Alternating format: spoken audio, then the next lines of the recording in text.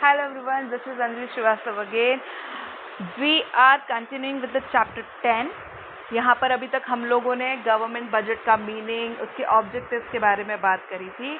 अब हम आ रहे हैं एक बहुत इंपॉर्टेंट टॉपिक पर, that is what components of budget. भाई बजट किन किन चीज़ों को लेकर बनता है. हमने क्या देखा कि annual statement of estimated receipts and expenditure. अब भाई रिसिप्ट्स एंड एक्सपेंडिचर बनते कैसे हैं, किस किस कंपोनेंट से आप बताओगे, क्या क्या सोर्सेज हैं रेवेन्यू के, और किन किन आइटम्स को आप बोलोगे कि ये गवर्नमेंट के एक्सपेंसेस हैं. तो इसके लिए आपको कंपोनेंट्स पढ़ना बहुत ज़्यादा ज़रूरी है. चलिए इसके बारे में बात करते हैं.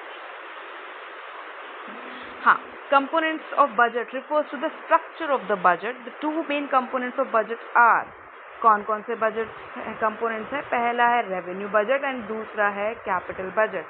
तो अगर हम बात करें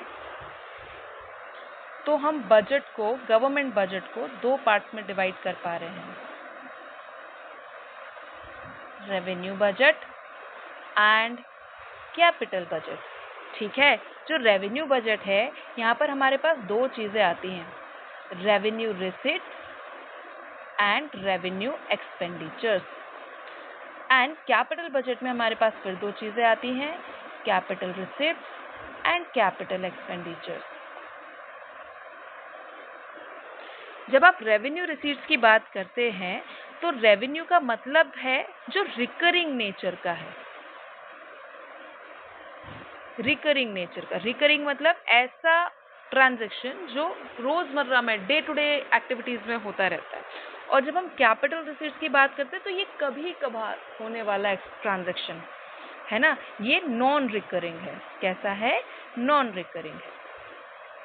और उसी तरह से जब रेवेन्यू एक्सपेंडिचर की बात करते हैं तो ऐसे एक्सपेंडिचर जो रिकरिंग बेसिस पर होते हैं और कैपिटल एक्सपेंडिचर जो नॉन रिकरिंग बेसिस पर होते हैं. चलिए इसके बारे में डिटेल में आते हैं. सबसे पहले इन्होंने बोला कि आपके पास में रेवेन्यू बजट है और कैपिटल बजट है. ओके. रेवेन्यू बजट को हमने दो पार्ट्स में डिवाइड किया, revenue receipt and revenue expenditure. और कैपिटल बजट को हमने दो पार्ट्स में डिवाइड किया, capital receipt and capital expenditure. चलिए आगे चलते हैं. Look, revenue budget deals with the revenue aspect of the government budget. ये एक्सप्लेन करेगा हाउ रेवेन्यू इज जनरेटेड और कलेक्टेड बाय द गवर्नमेंट, और ये किस तरीके से अलोकेट की जाती है among various expenditures head. Revenue budget के दो पार्ट हैं, revenue receipts and revenue expenditures. Capital budget में it deals with the capital aspect of the government budget, और यहाँ पर capital receipts and capital expenditure will be the part of capital budget. सो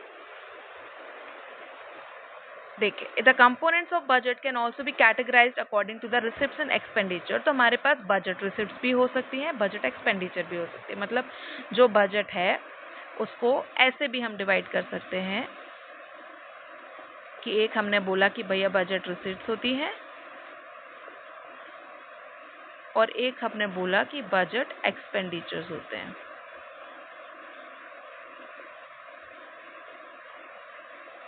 ठीक है. Budget receipts में हमारे पास revenue receipts हैं and capital receipts हैं, और बजट एक्सपेंडिचर्स में हमारे पास रेवेन्यू एक्सपेंडिचर्स हैं एंड कैपिटल एक्सपेंडिचर है. चलिए, इज देयर एनी प्रॉब्लम? अगर है तो प्लीज आप कमेंट सेक्शन में बताएंगे. चलिए आगे चलते हैं. तो सबसे पहले यहाँ आप इसको देख सकते हो, ये जो फ्लो चार्ट दिया हुआ है, budget receipt, revenue receipt, capital receipt.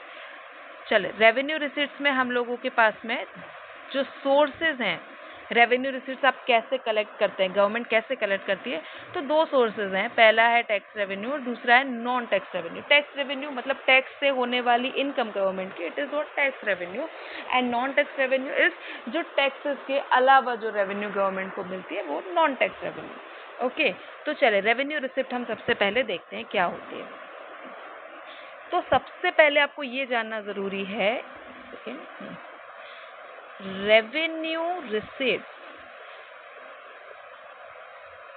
यहाँ पर जब ना तो कोई लायबिलिटी क्रिएट हो रही है और ना ही कोई असेट रिड्यूस हो रहा है, ना ही क्रिएट हो रही है ना ही रिड्यूस हो रहा है.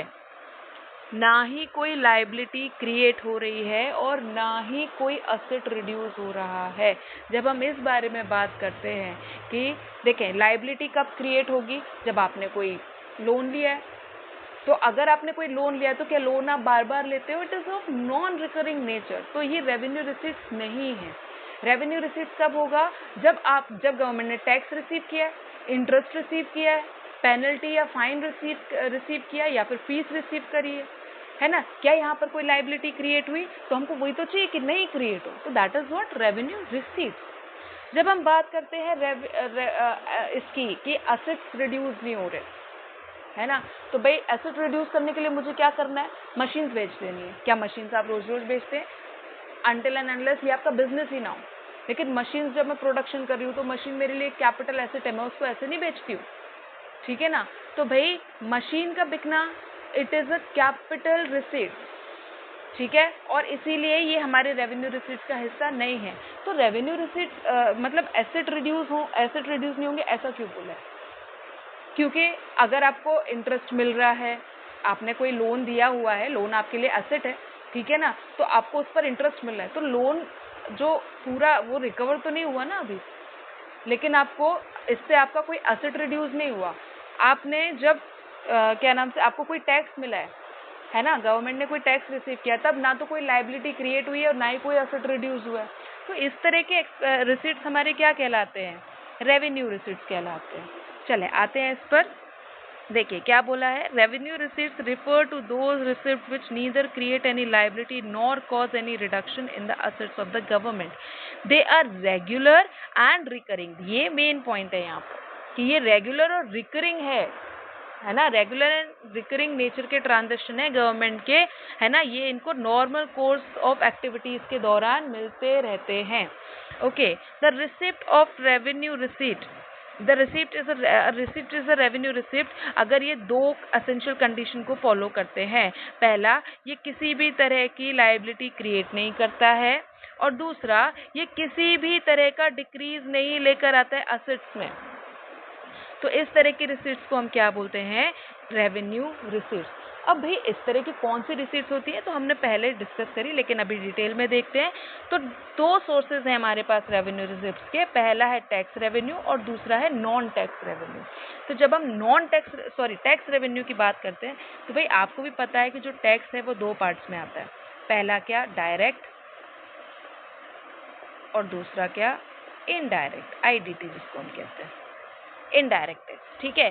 तो भाई डायरेक्ट टैक्स मतलब जो सीधा सीधा इनकम पर लग रहा है और जो टैक्स पेयर है उसके ऊपर डायरेक्ट बर्डन है उस अमाउंट को पे करने का, तो this is what direct tax, ठीक है। तो भाई tax revenue refers to the sum total of receipts from taxes and other duties imposed by the government. Tax एक कंपलसरी पेमेंट है जो लोगों को करना ही है एंड कंपनीज को भी करना है to the government without reference to any direct benefit in return. आपको ये पता है कि इसके बदले में आपको कोई रिटर्न में कोई बेनिफिट नहीं मिलने वाला है। तो दो एस्पेक्ट होगा टैक्स के कि ये कंपलसरी पेमेंट है, आप इसे पे करने से मना नहीं कर सकते हैं। If you do so you can be penalised for that. Okay, tax receipt जो है गवर्नमेंट स्पेंड करेगी for common benefit of the people. आप ऐसा नहीं बोल सकते कि मैंने टैक्स पे किया तो आप मेरे लिए ऐसा करो, नहीं, ये कॉमन बेनिफिट के लिए खर्चा होगा इस टैक्स अमाउंट का।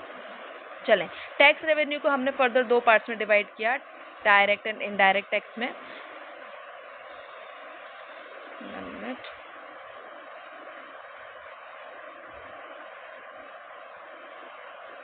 ओके, सो इसमें है नहीं, वो पेज चला गया है डायरेक्ट एंड इनडायरेक्ट टैक्स वाला। चलें, डायरेक्ट एंड इनडायरेक्ट टैक्स को हम इसमें से देख लेते हैं। सबसे पहला जो डायरेक्ट टैक्स है वो इंडिविजुअल एंड कंपनी पर डिवाइड होता है। Indirect tax goods and services पर लगता है। फिर जो बर्डन है डायरेक्ट टैक्स का वो आप शिफ्ट नहीं कर सकते हो, मतलब भैया मेरा वाला टैक्स तुम पे कर देना, नहीं, ऐसा नहीं होता। इनडायरेक्ट टैक्स में आप कर सकते हो, क्योंकि इनडायरेक्ट टैक्स में जैसे मैंने रेस्टोरेंट में खाना खाया तो जो सर्विस टैक्स जो जीएसटी है ना, वो रेस्टोरेंट वाले मुझसे कलेक्ट करके फिर देंगे। तो मतलब इसका जो बर्डन है वो इनडायरेक्टली मुझे पर आ रहा है। बात समझ में आ रही है? तो जो बर्डन है इनडायरेक्ट टैक्स का वो शिफ्ट किया जा सकता है। Impact and incidence is on different person हो सकता है। जनरली प्रोग्रेसिव होता है ये नेचर में डायरेक्ट टैक्स, और ये प्रोपोर्शनल होता है नेचर में। इसके अलावा जो कवरेज है they have limited reach as they do not reach all the sections of the economy, ठीक है। ये सभी सेक्शंस पर नहीं पहुंच पाता, क्योंकि भैया जिसकी इनकम ज़्यादा है आप उस पर टैक्स लगाते हो। हमने टैक्स स्लैब के हिसाब से देखा हुआ है कि भाई किस हिसाब से टैक्स लगेगा, जबकि ये तो वाइड कवरेज में है। आप रेस्टोरेंट में खाना खाने गए तो आपके ऊपर टैक्स लगेगा, आप होटल में स्टे करने गए तो लगेगा, आप मूवी देखने के लिए गए तो लगेगा, आपने किराने का सामान लिया है वहाँ पर भी आपका सारा का सारा जो आपने सामान खरीदा है तो उसके ऊपर भी सारे इंक्लूसिव ऑल द टैक्सेस आते हैं, उसमें इनडायरेक्ट टैक्सेस भी आते हैं। ठीक है, तो ये एक वाइड कवरेज देता है सेक्शंस में और यहाँ पर लिमिटेड है। चले, item categorised under direct tax and indirect tax में हम देखें तो कुछ क्वेश्चंस दिए हैं जो ऑलरेडी आ चुके हैं। जैसे कॉर्पोरेशन टैक्स है, ये एक डायरेक्ट टैक्स है क्योंकि इसका जो बर्डन है टैक्स पे करने का वो उसी पर्सन पर है। ठीक है, it is a direct tax क्योंकि इसकी लायबिलिटी जो है टैक्स को पे करने की वो उसी पर्सन पर है जिसका कॉर्पोरेशन या कंपनी है। Then goods and service tax हम सबको पता है कि वो इनडायरेक्ट टैक्स है। ठीक है, इनकम टैक्स वो भी डायरेक्ट टैक्स है, कैपिटल गेन टैक्स भी डायरेक्ट टैक्स है, वो उसी पर लगेगा जिसको कैपिटल गेन हुआ है। चले, अब हम बात करते हैं, ये तो टैक्स रेवेन्यू हो गया, टैक्स जो गवर्नमेंट को रिसीव होती है, टैक्स फॉर्म में जो पैसा रिसीव होता है वो टैक्स रेवेन्यू हो गया। अब नॉन टैक्स रेवेन्यू क्या है? तो non tax revenue receipt of the government for all sources other than those of tax receipt. तो सबसे पहला इसमें आ रहा है interest. Government receive interest on loan given by it to the state government को दे दिया, यूनियन टेरिटरीज को दे दिया, प्राइवेट एंटरप्राइजेस को दे दिया, जनरल पब्लिक को लोन दिया है, तो उनसे मिलने वाला interest will be the revenue of government. Interest receive जो होते हैं इस लोन्स पर is an important source of non tax revenue. ठीक है, इसके अलावा प्रॉफिट्स एंड डिविडेंड, गवर्नमेंट जो है अपने पब्लिक सेक्टर अंडरटेकिंग से जो प्रॉफिट अर्न करती है वो उनका रेवेन्यू है। ठीक है, जैसे कि इंडियन रेलवेज हो गया, LIC, BHEL, इनसे जो भी इनको प्रॉफिट होता है वो गवर्नमेंट का रेवेन्यू है। इसके अलावा इन सेक्टर्स इन एंटरप्राइजेस के जो सेल प्रोसीड से मिलता है इनको पैसा, वो भी इसका रेवेन्यू। सेल प्रोसीड मतलब जो भी प्रोडक्शन किया है इन्होंने गुड्स एंड सर्विसेज का, उन गुड्स एंड सर्विसेज को बेचने के बाद में जो प्रॉफिट मिलता है वो भी रेवेन्यू है। गवर्नमेंट को डिविडेंड्स भी मिलते हैं अपने इन्वेस्टमेंट से, जो उन्होंने कंपनी में लगा के रखे हुए हैं पैसे, उससे डिविडेंड मिलेंगे, तो वो भी क्या है, गवर्नमेंट का रेवेन्यू है।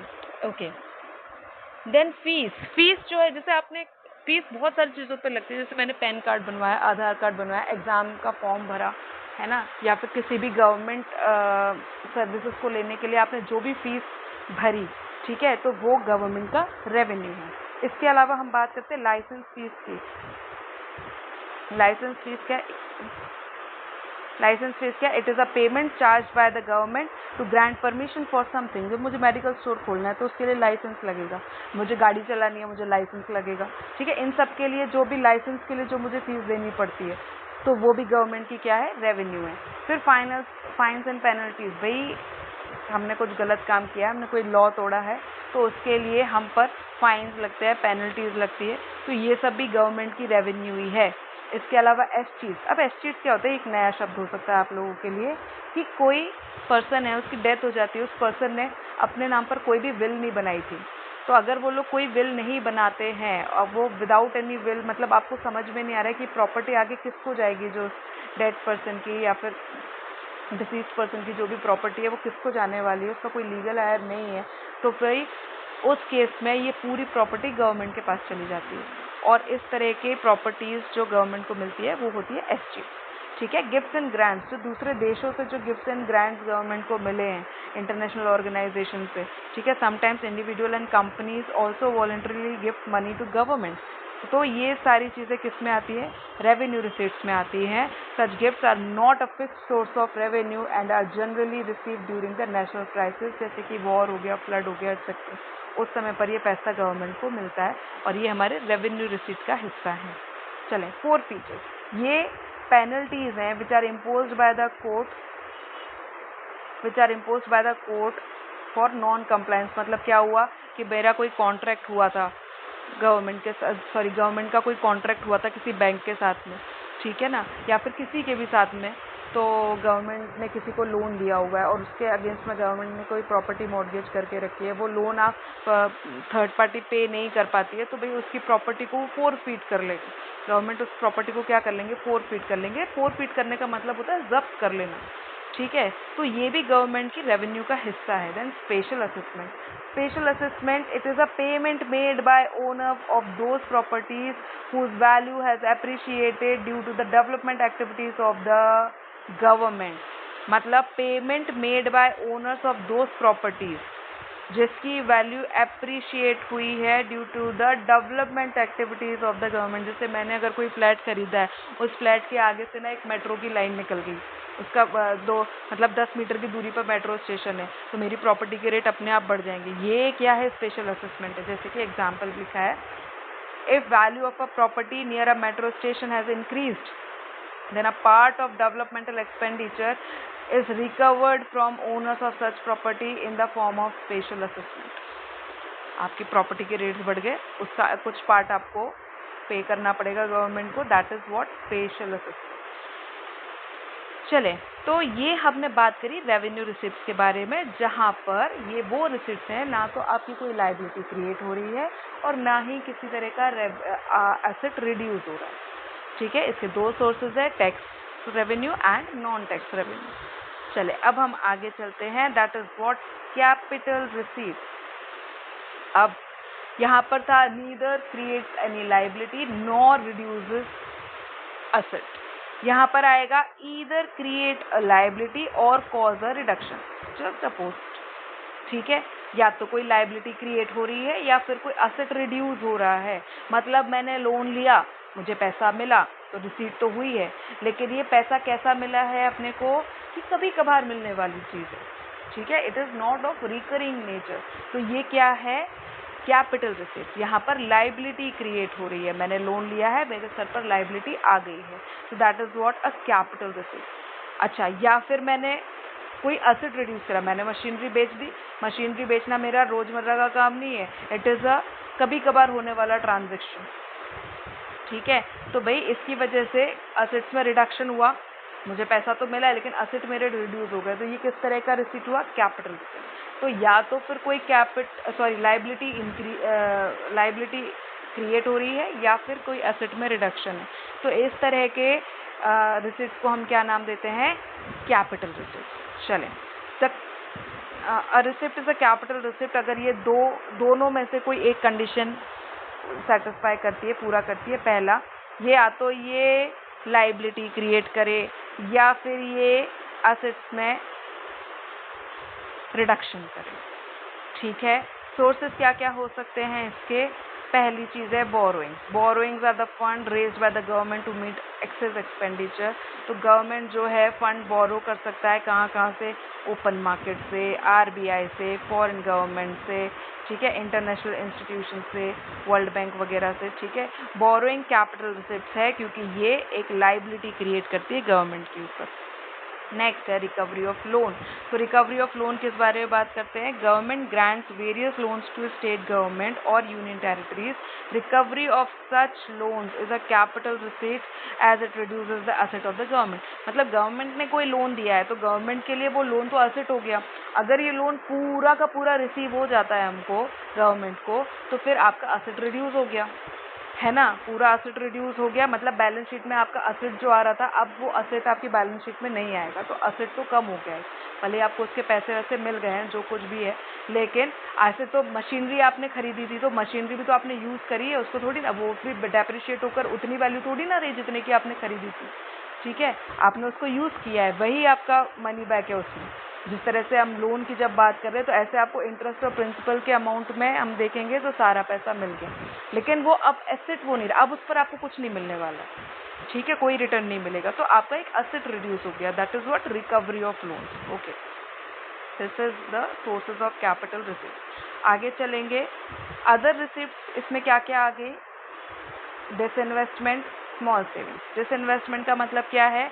जब गवर्नमेंट पब्लिक सेक्टर अंडरटेकिंग्स के अपने शेयर्स का कुछ हिस्सा बेच देते हैं, ठीक है, तो हम इसको कैपिटल रिसीट बोलते हैं क्योंकि ये गवर्नमेंट के असेट को रिड्यूस कर देते हैं। गवर्नमेंट ने कुछ पीएसयूज में अपनी ओनरशिप होल्ड करके रखी थी in the form of equity share, तो जब ये इन शेयर्स को पूरा या फिर उसका कुछ पार्ट बेच देते हैं तो ये अपनी ओनरशिप को ट्रांसफ़र कर देते हैं टू द प्राइवेट एंटरप्राइज, और इस वजह से आपकी असेट में रिडक्शन होता है। स्मॉल सेविंग का मतलब क्या है? फंड्स जो आपने पब्लिक से रेज किए थे in the form of post office, national saving certificate वगैरह वगैरह, ये आपकी लाइबिलिटी को इंक्रीज करते हैं और इस वजह से ये कैपिटल रिसिट्स के हिस्से में आते हैं। तो हमने अभी तक revenue receipts and capital receipts के बारे में पढ़ा। तो रेवेन्यू रिसिट्स वो हैं जो किसी भी तरह की लाइबिलिटी में इंक्रीज नहीं करते हैं और एसेट में रिडक्शन नहीं करते हैं। कैपिटल रिसिट्स वो हैं वो जो या तो लाइबिलिटी क्रिएट करेंगे या फिर एसेट को रिड्यूस करेंगे। एक बार हम इसका डिफरेंस देख लेते हैं। रेवेन्यू रिसिट में they neither create any liability nor reduce any asset of the government, और ये क्या कह रहे हैं? They either create any liability और reduce any asset of the government. फिर जो रेवेन्यू रिसिट है वो रेगुलर एंड रिकरिंग होता है नेचर में, और ये इरेगुलर एंड नॉन रिकरिंग होता है कैपिटल रिसिट। रेवेन्यू रिसिट जो है इसमें कोई फ्यूचर ऑब्लिगेशन नहीं है क्योंकि लाइबिलिटी क्रिएट ही नहीं हुई, लेकिन यहाँ पर आपको एक फ्यूचर ऑब्लिगेशन बन जाता है बिकॉज लाइबिलिटी क्रिएट हो जाती है। चलें, यहाँ पर इसके एग्जाम्पल क्या है? Tax revenue and non tax revenue. यहाँ पर borrowings and disinvestment are the sources. चले, तो इस बारे में हमने अभी तक किसके बारे में पढ़ा? जो हमारी बजट रिसीट्स हैं। बजट रिसीट्स में कौन कौन सी रिसीट्स आई हमारी? Revenue and capital. तो कुछ क्वेश्चंस दिए हैं, देख लेते हैं इनको। Loan from the world bank, ये एक कैपिटल रिसीट्स है क्योंकि ये लाइबिलिटी दे रही है, ठीक है। कॉर्पोरेशन टैक्स या फिर income tax receive by the government, तो इनकम टैक्स तो हमने पहले ही पढ़ा, वो एक रेवेन्यू रिसीट है क्योंकि ये आपके ना तो ये कोई लाइबिलिटी क्रिएट कर रही है ना कोई एसेट रिड्यूस कर रही है। इसी उस पर देखना है आपको। जब भी एग्जाम में इस तरह का क्वेश्चन आएगा तो आप इसी के अकॉर्डिंगली देखेंगे कि भाई कोई लाइबिलिटी क्रिएट हो रही है, कोई एसेट रिड्यूस हो रहा है। अगर ऐसा हो रहा है तो किस तरह का नेचर का ट्रांजैक्शन है ये, ठीक है। ग्रांट्स आपको वर्ल्ड बैंक से मिल रहे हैं तो ये रेवेन्यू रिसीट्स है क्योंकि ना ही कोई लाइबिलिटी क्रिएट हो रही है ना ही कोई एसेट रिड्यूस हो रहा है, ठीक है। Then profit of public sector undertaking, तो ये भी कैसा है? रेवेन्यू रिसीट है। फिर से ना तो कोई लाइबिलिटी क्रिएट हो रही है ना ही कोई एसेट रिड्यूस हो रहा है। आपने कोई पब्लिक सेक्टर अंडरटेकिंग बेच दी तो public sector undertaking is an asset for the government, वो बेच दिया तो एसेट रिड्यूस हो गया, तो ये क्या है? कैपिटल रिसीट है। चले, foreign add against earthquake victim, तो ना तो कोई लाइबिलिटी क्रिएट हो रही है ना कोई एसेट रिड्यूस हो रहा है, तो ये क्या हुआ? Revenue receipt. तो इसी तरह के क्वेश्चन है, please have a look on that, और अगर किसी में कोई डाउट है तो प्लीज पूछेंगे। चले, इसके बाद हम नेक्स्ट टॉपिक की बात करेंगे, that is the budget expenditure, और इसके लिए हम नेक्स्ट वीडियोस में, प्लीज आप स्टे ट्यून रहिए, जल्दी नेक्स्ट वीडियो आएगा, आज या कल में आ जाएगा। तो बजट एक्सपेंडिचर के बारे में हम इसके बाद में बात करते हैं। Thank you, have a nice day, please stay tune, and अगर कोई डाउट है तो फिर कमेंट सेक्शन में ज़रूर बताइएगा। बाय।